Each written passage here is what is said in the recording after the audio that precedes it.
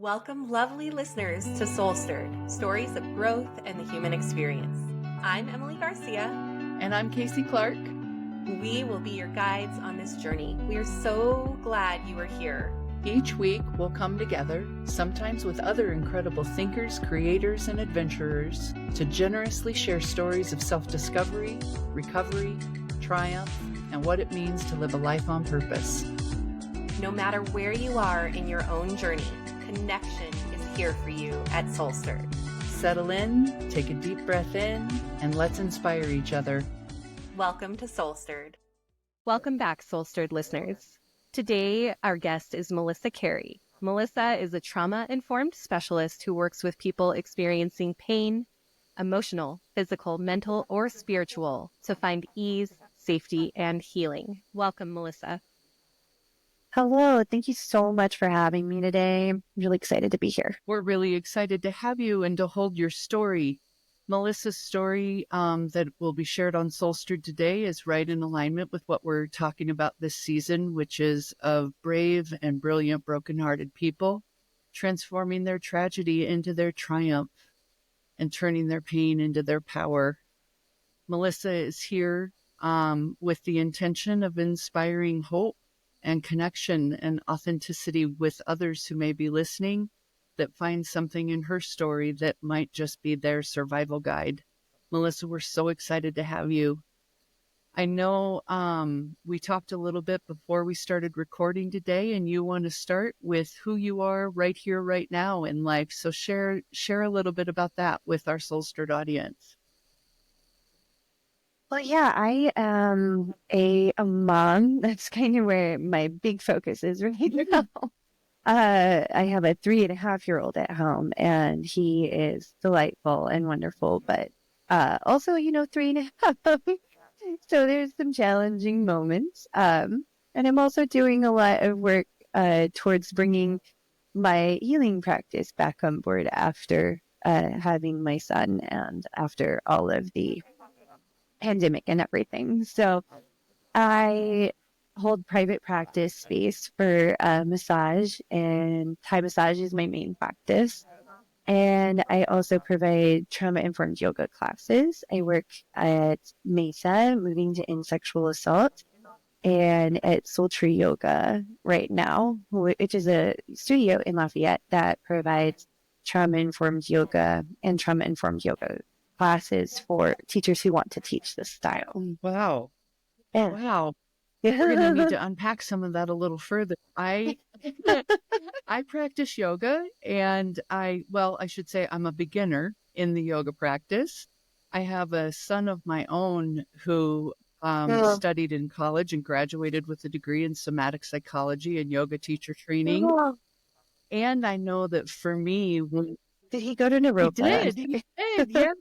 That's where I went. Yeah, right? The hippies down the hill. Let's hear a rah-rah for having contemplative education and occupying whatever your profession is more mindfully, right? Yeah, exactly. Yeah, and I want to have you help our listeners understand what it is we're talking about and what's important and why we just lit up inside at the record. We're talking about the same thing. I know for me, when I go to yoga, I have always thought of yoga as like a form of exercise, right? And when I leave, I think the thing that is difficult is like nothing hurts. And so it's almost like I have a difficulty with the gentleness. Like the way I've been conditioned is like, did I really work out if my body isn't sore? So from that perspective, talk to us about what it means to you that you have a healing practice and all of these really wonderful gifts that you're giving to others through healing the body. Like, what does that mean, and how did that become your niche? I first started doing yoga years and years ago. I started doing yoga actually when I was 15.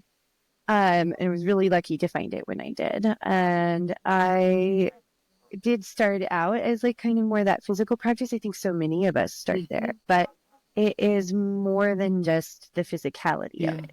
So when you're going to yoga, there's the mindfulness aspect, the breath aspect, the mental attitude aspect.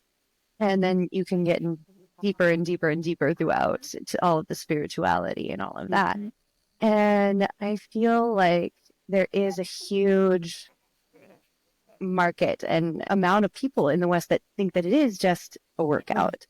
But for me, as I've gone along, it's always been more about the mental part of the practice and the spiritual part of the practice, and how I connect to myself and how I bring all parts of myself together throughout the practice. We tend to compartmentalize, right? Like we try to think of our mind as a separate thing and our body as a separate thing. But even in neuroscience, when we start to dig into that, we start to see that, our mind and our body is intricately connected, even very physically. Just looking at the neurons, the neural pathways through the body, that is brain tissue. So if we think of our mind as the brain, it's throughout the whole body. It's not just in our head. And so we want to integrate all parts of ourselves through this practice of yoga. Yeah. I say to my clients often, your body remembers everything that's ever happened to you, even when your brain doesn't. Right? And we know that in any learning, growth, development process, we first have to disintegrate in order to come into integration. That's what I hear you speaking about, what yoga's done for you. The connection and integration of mind, body, spirit, heart. And connection to others too. So it's more than just the practice internally. Eventually it becomes the practice of seva, or selfless service. Yeah. Beautiful. Yeah. So maybe it's sort of like a workout for your soul, not just for your body, but you really are going like, okay, this is like connecting with myself, connecting with others, and connecting with my bigger purpose in the world through this practice, which is really beautiful. Yeah. Right. Can you describe, I am guessing that some people are wondering, what is trauma-informed yoga? Right. I think it's kind of a catchphrase right now, and it has been becoming more and more prevalent over the past, I would say, 10 to 20 years, as they've been doing lots of research about it. And trauma-informed yoga basically takes into account the neural networks and the research-based practices that are actually working to create more neuroplasticity and more resilience. And there's a lot of differences as you would see from like a regular like gym yoga class versus a studio class versus a trauma-informed class. And some of those main differences are that there's a lot more choice. I think that's one of the biggest things, especially with any kind of exercise class, or if you were to go to a gym or the typical studio.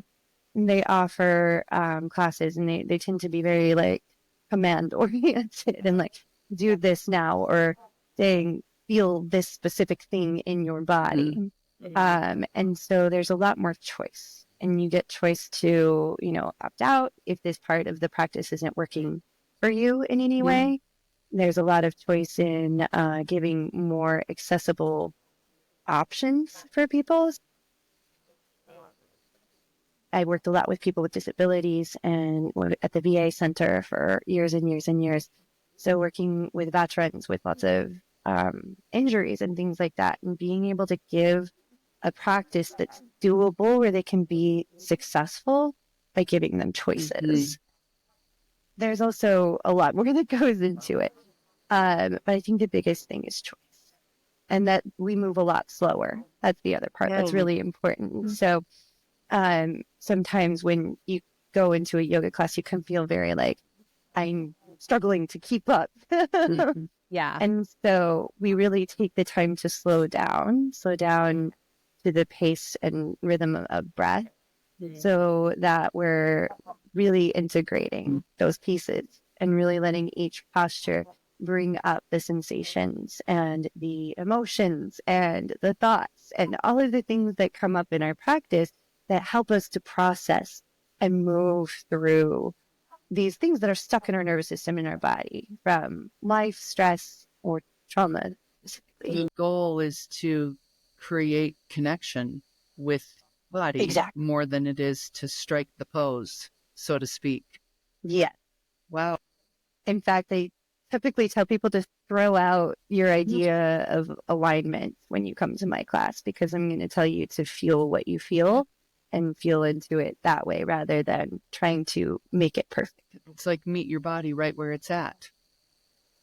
I do a lot of sound because I feel like sound is very important. I'm a musician, and when we start to look at how trauma affects the rhythms of the body, so our heart rate and our breath rate and even the rhythms of our brain waves and all of that, we can really start to affect and start rebalancing and recalibrating those rhythms in a healthier pattern through the use of sound. Wow.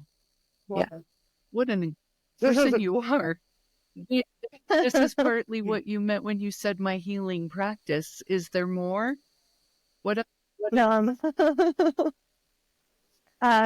mostly my main practice is sound, body work, and yoga. Okay. Yeah. But yoga practice too, I do a practice called Yoga Nidra, which is one of my favorite things ever. Have you heard of it? Yes.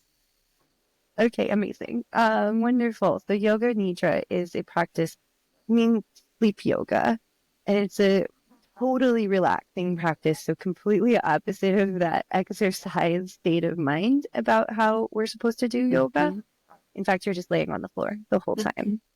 And it's about moving through relaxation techniques that help us to move into those alpha states and those theta states. Mm-hmm.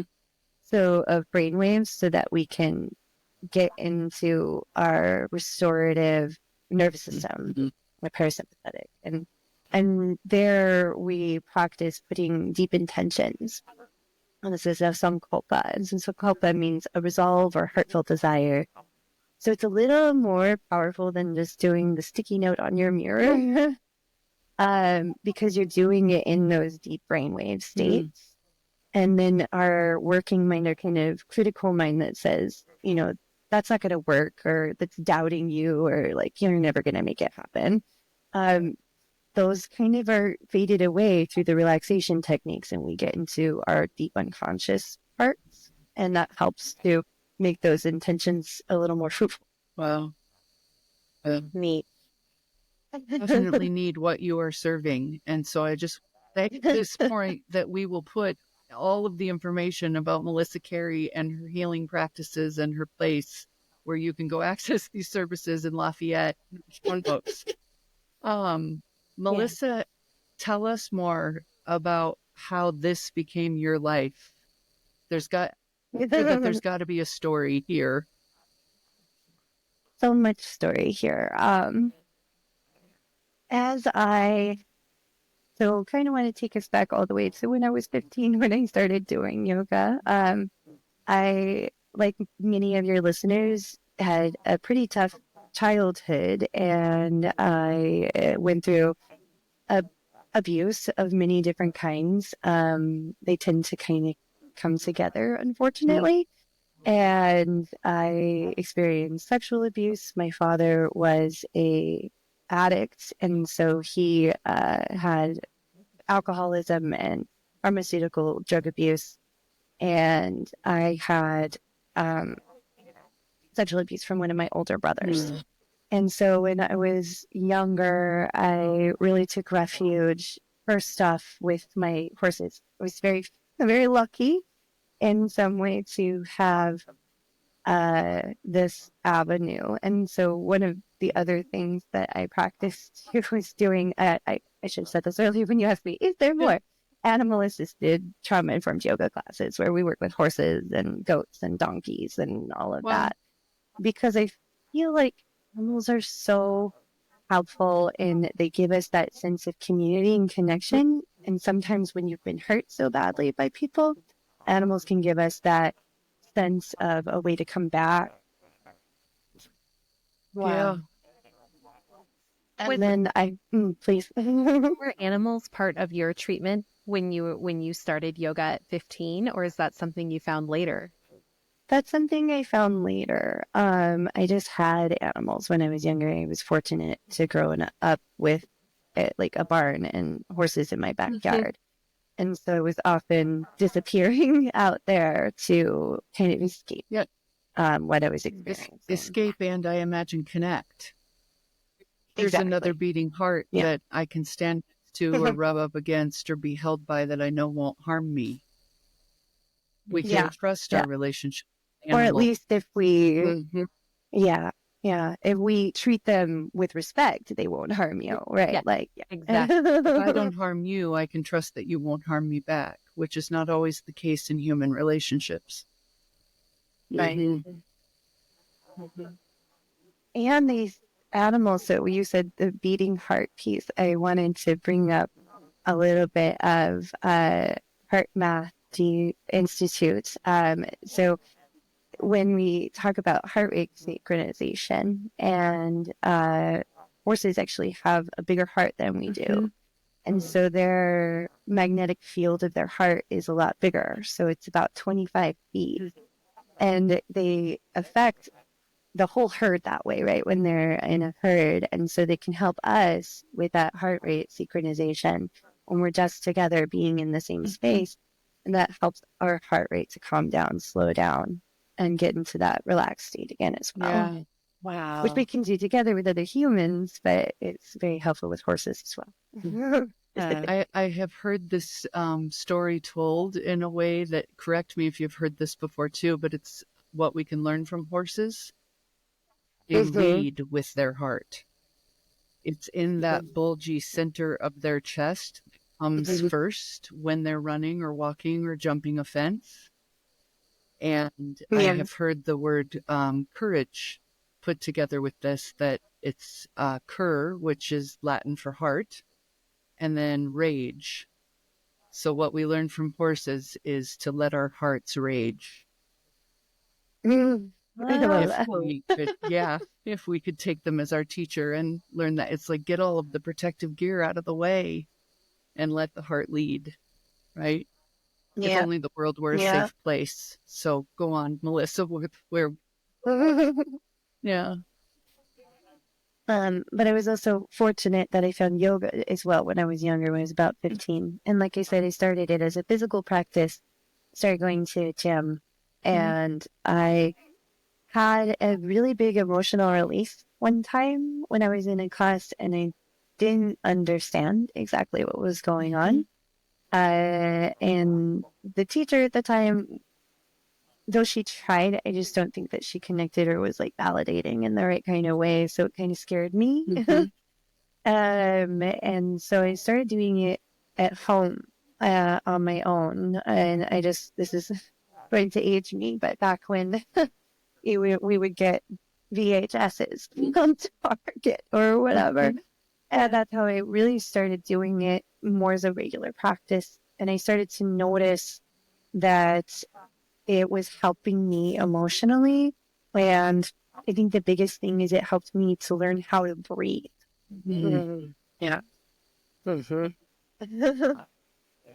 Yeah, there is something that we all do, which is when we get stressed out or we're feeling anxious and we start to hold our breath, or we breathe like so much more rapidly. And people, when I talk about breath, people are often like, well, yeah, of course I breathe. But I'm like, do you fully breathe? Do you use your lungs and like stop and honor the breath in your body? Because there's a huge difference between holding your breath and breathing like just to stay alive because suddenly your body makes you, and shallow breath versus a true deep breath. Yeah. Right. Paradoxical breathing, right, is when we start to breathe with our accessory muscles more than we do with our diaphragm. And so that's all these muscles in our neck. And so we can see a lot of, when we're stressed or have experienced a lot of trauma, we can start to just breathe here. Right. So it never gets low, and that never stimulates the parasympathetic nervous system. And so you can start to shift that by breathing more into the belly, and just learning how to do that can be so valuable.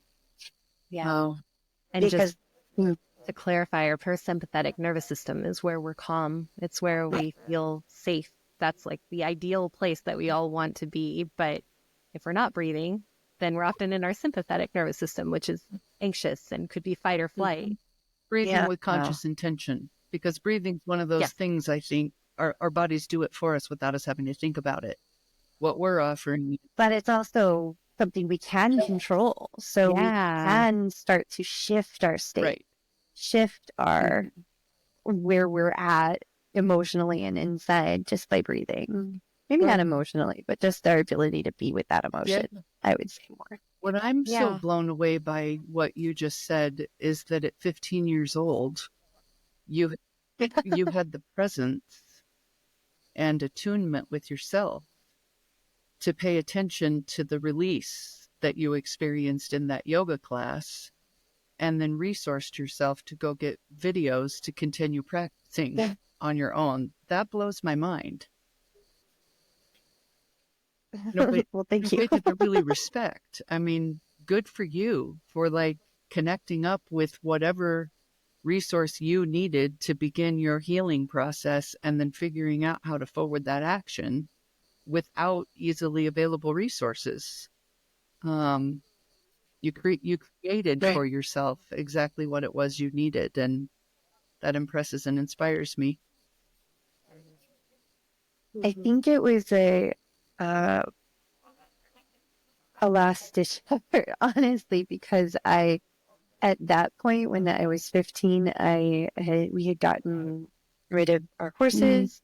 I had stopped seeing a therapist, so I started seeing a therapist pretty young, because the sexual abuse got found out from a psychologist that was seeing both me and my brother for ADHD.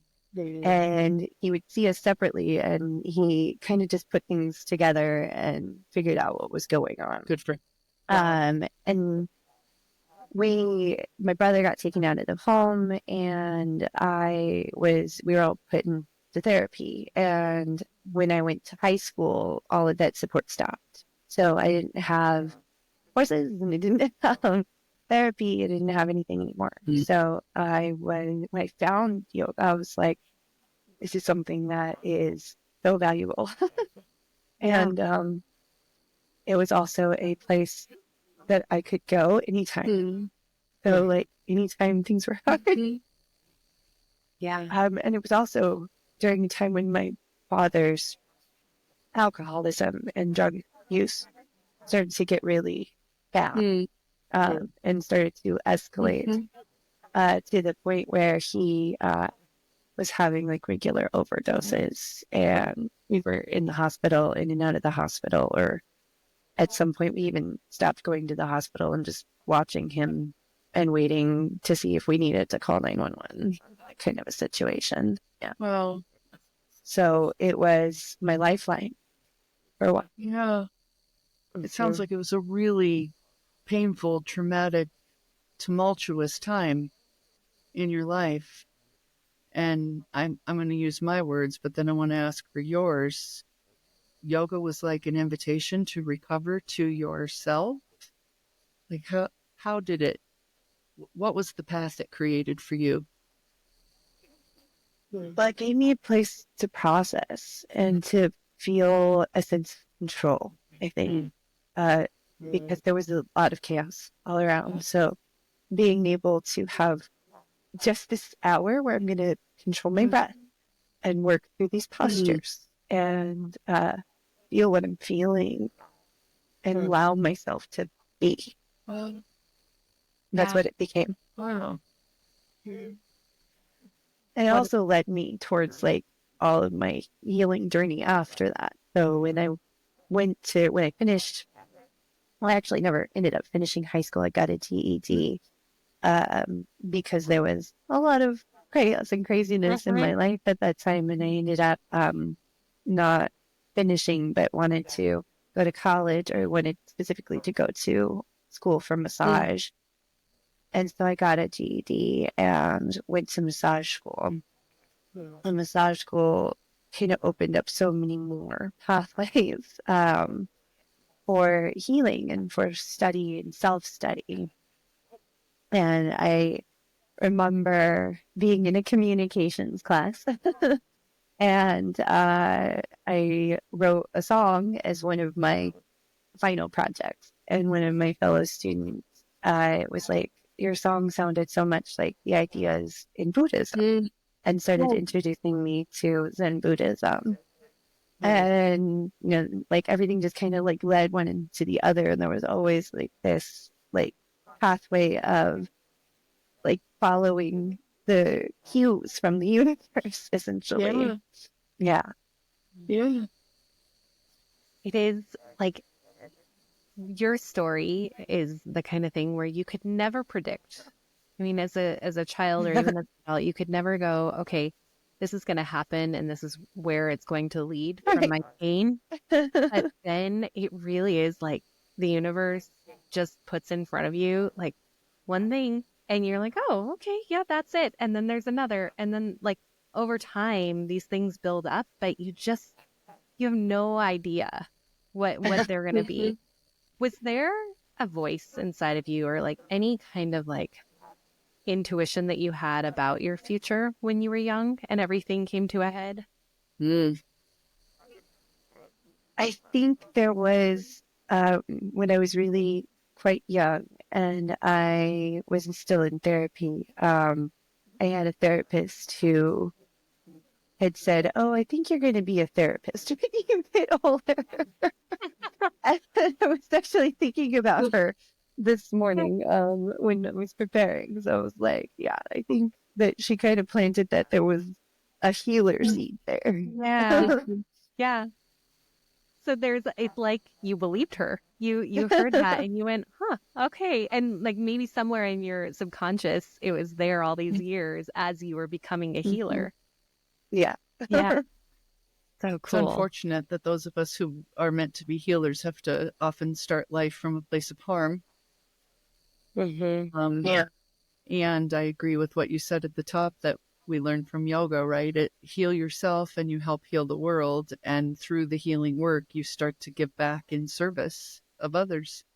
It's exactly what we're doing here at SoulStirred. You found your people, Melissa. So I'm still like on the floor of your bedroom with a yoga instructor on VHS, concentrating on my breath work. Take us through what happens next for you in the next chapter. Well, then it was the massage school practice, moving through that. And as I was in massage school, so I kind of cut ties with my brother. He ended up going to prison and we didn't talk for many, many years.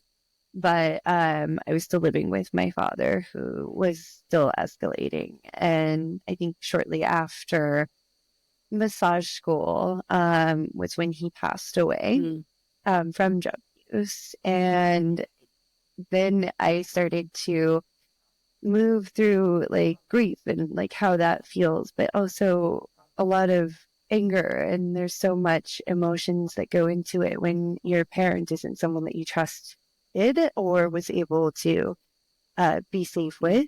So, but you still have that like connection. Yeah. And there was not always bad things. Like there was some times where it was still, and we had good moments like fishing and, he maybe gave me my joy for nature and being outside. So there's like this dual-edged sword there. And like, again, I turned to my practice and that was what got me through. And I actually began Naropa at that point. And I started going to Naropa for yoga specifically. And it was one of those moments where it was the universe put it in front of me because I had never wanted to be a yoga instructor. And I had a yoga instructor that at one point was like, you should maybe think about teaching.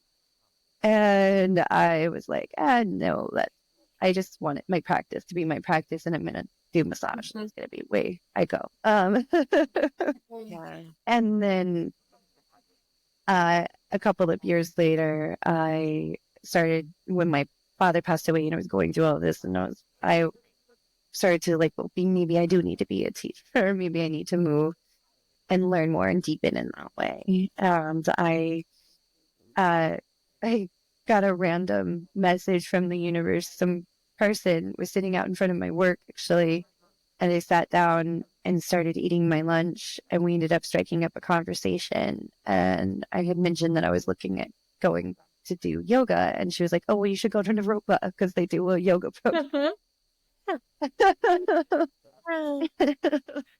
And like, I okay, that's it. and I looked at a couple of programs, but Naropa has it's a 4-year bachelor's degree, and it's very in depth, and they go into a lot of the science and the research and all of the things that I loved so much about the practice, and I learned so much there. As well as being able to dive into the Buddhism, and I actually got a minor in religious studies because I started taking Judaism classes and the yoga and all of that. So I also took some psychology, and I double majored in music there. So I started learning more and more in that realm as well. So Naropa opened up a lot more of those pathways. And I started studying Indian music there, where it's such a beautiful practice. And raga is what you call the scales, and it means flavor or feeling, instead of just a musical scale in the Western approach is it's major or minor. Where this is actually diving into the deep felt sense of the flavor and the feeling of the music within you when you're playing it. Wow. There's something really interesting about healing modalities, is that when you learn about anything, and you learn about religion and psychology and music, and then there are all these other things where you're learning and you're like, oh, I've learned that in a whole different way. This is just it's another way of saying it. And so everything tells you the same thing, and it's what resonates for us that matters. Because there's something in us that you may have heard something 100 different ways, and then you hear it 101st time and you're like, yes, I get it. Yeah. And so you found your way, the way that it makes sense. Yeah. Right. Yeah. We all have different learning styles, and it's all just the universe trying to make contact with us. Some of us hear it through music, some of us through song lyrics, others through, new pieces of information that are learned. Some get it through the body. It's we're each unique, and we're on a journey just trying to connect. Yeah. And good thing for us, it communicates in so many different languages and methods so that it can get to all of us. I really believe 10,000 different ways for 10,000 different people. Our jobs are just to get open and stay open and keep listening and following, which Melissa has so wisely known for life. Yeah. Wow. Yeah. And at the beginning of the show, you mentioned getting back into your practice after having your son. And I'm wondering what that has been like for you, because sometimes when we have children, we all of a sudden, the things that we thought we were like, oh, I thought I'd worked through that, it can come up and you're like, oh, I have more work to do. So I'm curious if that has been true for you. Most definitely. And I often talk about healing as it's not a straight line. We're not going from point A to point B and automatically we're healed now. I like to think of it as a spiral. So life is going to give you chances to deepen and come back around, and deepen and come back around. And every time you might learn something more and heal another layer and another layer and another layer. Well said. And so even before my child was born, I had opportunities to come back around to that healing again and again and again. But when my son was born, it was actually quite a traumatic birth. And I had to fight to get the birth that I wanted, and a fight against the doctors. And I was planning this beautiful home birth, but I ended up going in prematurely. So he came about a month early, and so we couldn't do the home birth. And it was really challenging because it was right in the middle of COVID. So he was born in April 2021. So it was like right when things were starting to open back up, but they weren't quite there yet. And so the hospital was very restrictive about the amount of people that I could have in the room even. And it was just the day of that they allowed you to have 2 support people instead of just one. So I was able to have my midwife and my husband, thank goodness. But even the birth itself felt like walking through fire to get my son. And it's still something I'm healing from now. And part of that was like honoring my boundaries and being able to walk through that fire and fight, but also be soft at the same time. Yeah. And like for the birth, and so that was a whole experience. Yeah. But then talking about like parenthood and how, especially when you experience childhood traumas, when you're going through the developmental stages, you kind of are reparenting yourself as you go along. So like when he has, these big reactions, and he's a very emotional boy, just like his mom. So I have one of those. Yeah. Of course he is what I want to say. Yeah. Yeah. Right. And like allowing him to have those emotions instead of trying to squash them, and walking him through it and giving him the practice of breath so early has been a trip. Yeah. And giving him permission to feel. It's interesting because as you were talking about your birth experience, I had a doula who I had worked with who was going to be there when I had my daughter. And it was like I had 3 days of labor. It just went on and on and on. And she said, Emily, you're holding on to something. And she was like, what is it? And I was like, but I was scared. I was scared to take this child that I could protect and let her out into the world. And I think sometimes our birthing experience represents that. And it's, you said the duality. I think this is what you said, the duality of fighting while also being soft. And it really, motherhood is like that. Like the birth experience and then becoming a mom is all of that wrapped up, and like figuring out like when I bounce it, what part is it going to bounce on? Yeah. Well, we don't feel like by we, I mean our society, I think we don't spend enough time talking about what we as women have to go through in order to create human life. I think the focus tends to overcorrect to the joyfulness that we're all bursting with when our hearts go moving around outside our bodies in the form of another being, right? And that's so real, and we're so alive with it, that I think we sort of bypass right over the fact that we also have to give our bodies away again and allow them to be literally torn in half in order for this other person to come into the world. And then immediately the focus goes to this precious, beautiful little baby, right? Without attention to the literally traumatic experience we all have just endured. And then not to mention those of us like the 3 of us who come from a background of sexual abuse, where we not given control over our bodies at a very early age, where that control was taken from us. And of course that complexifies the birthing process and what we want to hold on to and what we're willing to let go of. It's all so I think we could do a whole nother episode just on that. Yeah, definitely. And so I just want to give you, compassion and empathy for that part of the experience. And then, of course, also here's your heart moving around outside your body, feeling all of its feelings and wanting to differentiate himself from you. The lessons, they just keep coming. They never stop. From that experience, from all of your experiences, How would you say these things inform you as a helper, as a healer? How does your life experience and the pain you've gone through help you to show up for the people that you serve? Well, I think when you have gone through it, you tend to have more empathy or compassion. So it's either or, right? Like, so you can either choose to let it open you to be open to other people and open to all of it, or you can choose to close down.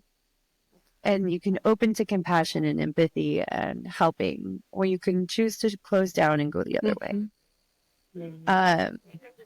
And so for me, it just makes sense to open to the compassion and the empathy and to keep connecting to other people and help other people, because otherwise it would be completely isolating. And that's what a lot of people experience too. They choose that, and that's it's not wrong either. That's not a wrong choice, because sometimes you don't have the one example that shows you how to open to compassion and empathy. And so you have to have that experience. I think you have to have that one person that shows you that you can open here, you can be safe. Who was your one person? Well, I'm lucky I have 3. My mom and my other 2 older brothers. So I have multiple siblings, and my mom, who were always very supportive after everything came out, and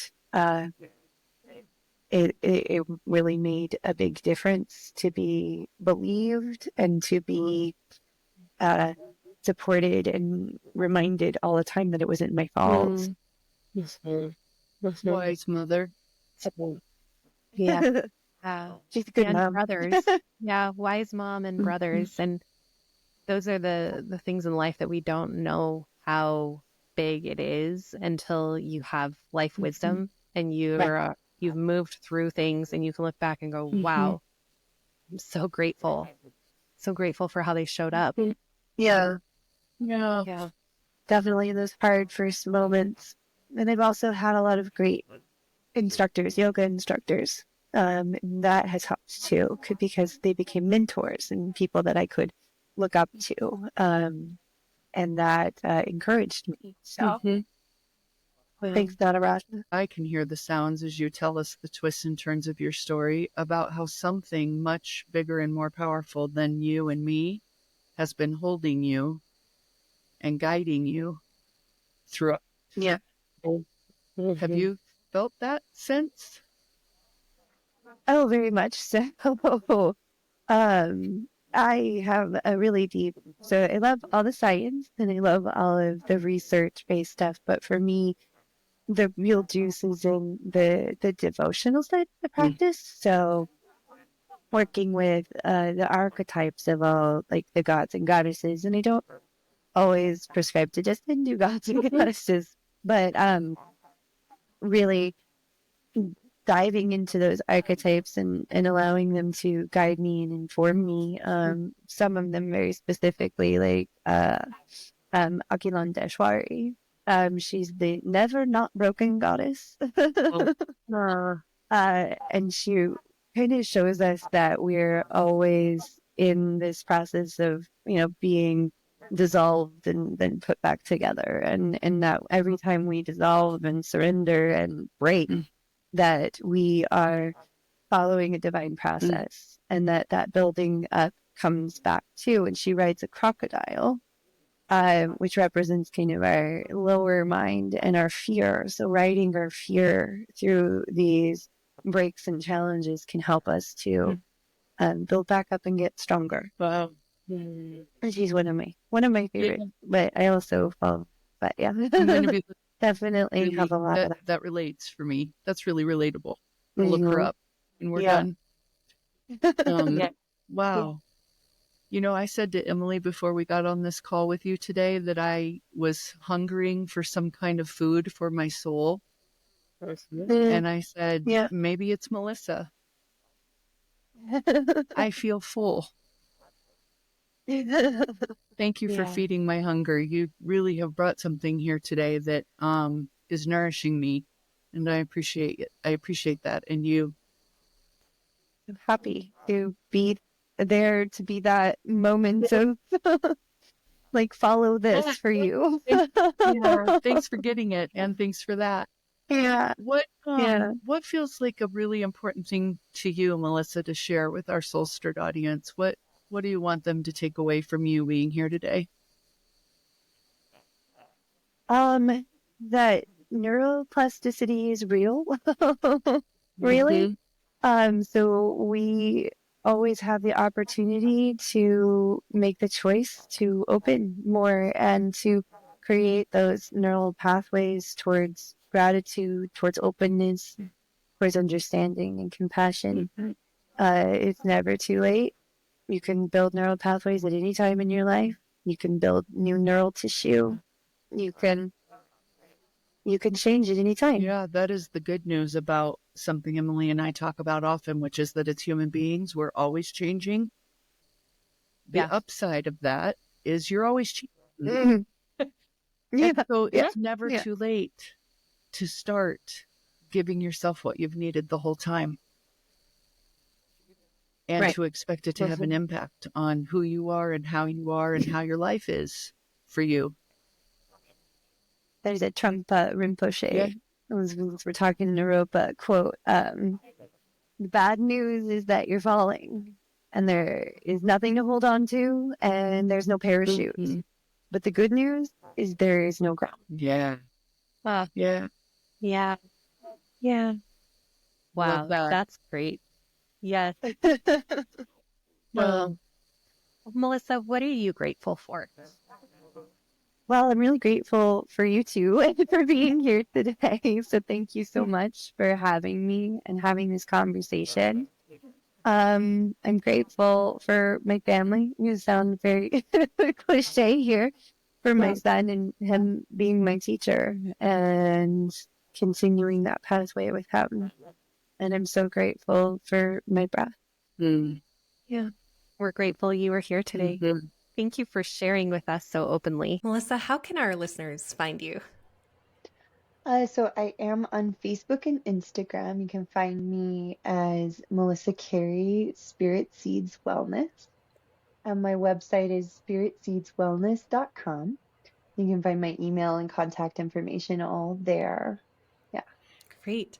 And that will all be in our show notes. Melissa has a great link tree, so you can click on it and find everything about her. You also have something really cool, a program coming up. Tell us about that.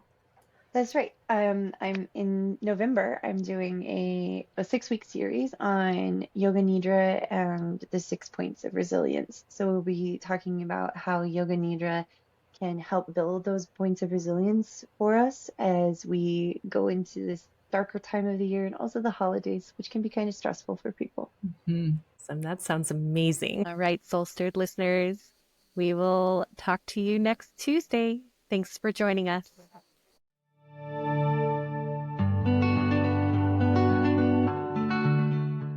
SoulStirred listeners, thank you so much for joining us today as we bring you stories of growth in the human experience. We appreciate you, and we have a request for you. If you will take 30 seconds to do these 3 things for us. 1, follow or subscribe to SoulStirredPodcast. This makes sure you never miss an episode and helps us to make sure you never miss an episode. Head over to your preferred platform, click the SoulStirred Podcast show page, and click the plus sign or the follow button. 2nd, we'd love it if you could give us a 5-star rating while you're there. Finally, choose your favorite episode and share it with a friend. We are so grateful to all of our listeners for your continued support helping SoulStirred grow and ultimately inspire others through authentic connection.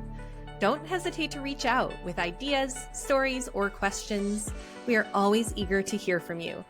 Our email and social links are found in every episode's show notes. Until next time, keep stirring your soul and embracing your journey. Take good care of yourselves and of each other. Bye-bye.